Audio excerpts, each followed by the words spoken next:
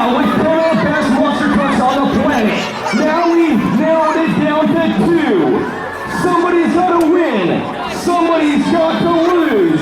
This is the final round of Anderson Towing versus Women Little Monster Truck Racing.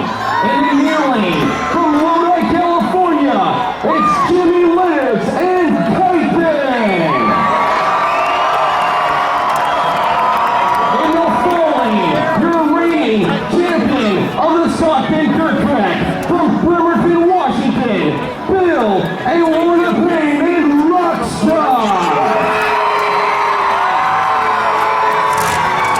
Somebody's got to win.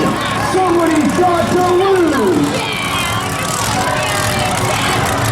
Cheer on your favorite truck. Titan versus Rockstar for the final round of Anderson Towing versus the New Little Monster Truck Racing.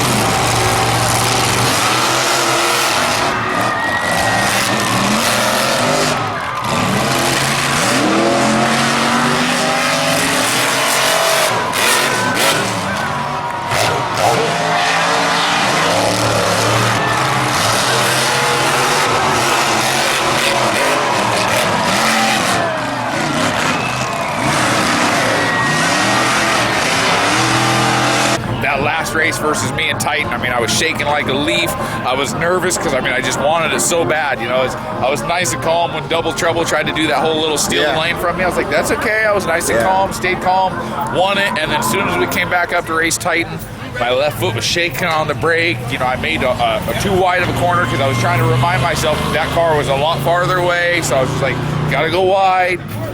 Went too wide, and it was over from there. I was screaming it too hard, and that's probably when I hurt the motor because I was really screaming trying to catch up. But so here with our team, another way we try to make it to work because we have to be able to afford to be able to race every single week. We try to build all our motors ourselves, and that's what we were just talking kind of off the air. We started asking questions. I build all my motors to where they're all basically mail order ready. So anything that I break, I can call Summit and we can get a part overnighted. Whether it's from the crank, the rods, pistons, everything is a stock item. I have found a good combination that runs good. It gives me good power that is all, overnightable. No machine work necessary. That way, if I have to, I can put a crank in that morning. I mean, it happened when we were in California at a show where Tevin had lost an oil pump and it killed a couple of the bearings, killed the crank. We were able to find that crank. We drove literally to Reno, Nevada that night, picked up the crank first thing in the morning from Summit, brought it back, and then did an in-frame and had it ready for the 5 o'clock show. So it's, as you see, this one was Stockton's motor. It broke the wrist pin, leading to breaking rods. Toasted the cam, the heads.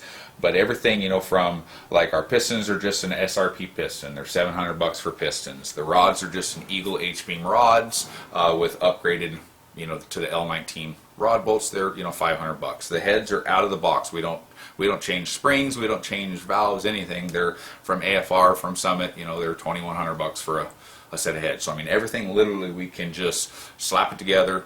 And we can have a motor built in 4 hours, and we're under $8,000 for a complete motor. So that's probably one of our biggest ways that we're able to have, good affordable power that we can constantly keep doing. Because there's guys in the industry that'll spend, upwards of $50,000, $60,000 on their engine, and then it's they're fast, that they'll spank us in racing, but we're there every single show and we're able to compete, against them.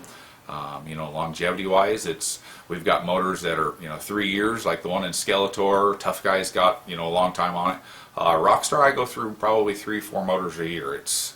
I like the loud pedal a little bit too much, I think, for Rockstar. We're actually just considering trying to figure out putting rev limiter on Rockstar, because the last 2 motors that I hurt were just basically from over revving it, just because like in Stockton, I wanted that win against Titan so bad.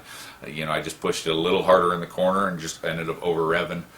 Same thing last weekend in Crescent City.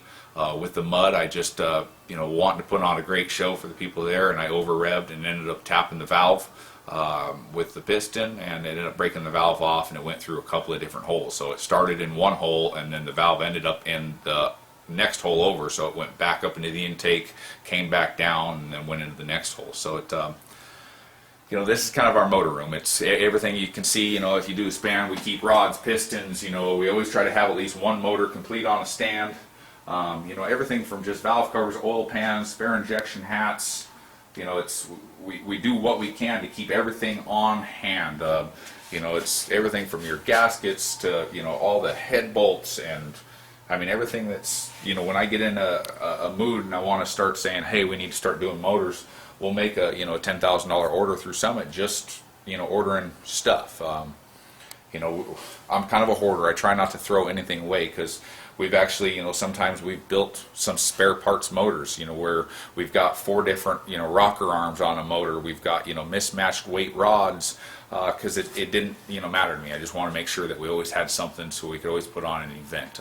Nothing I hate worse than, you know, you see guys that have blown motors and then they miss their next 3 events because they don't have a motor yet. So it's literally in 4 hours I could have a motor together and in a truck.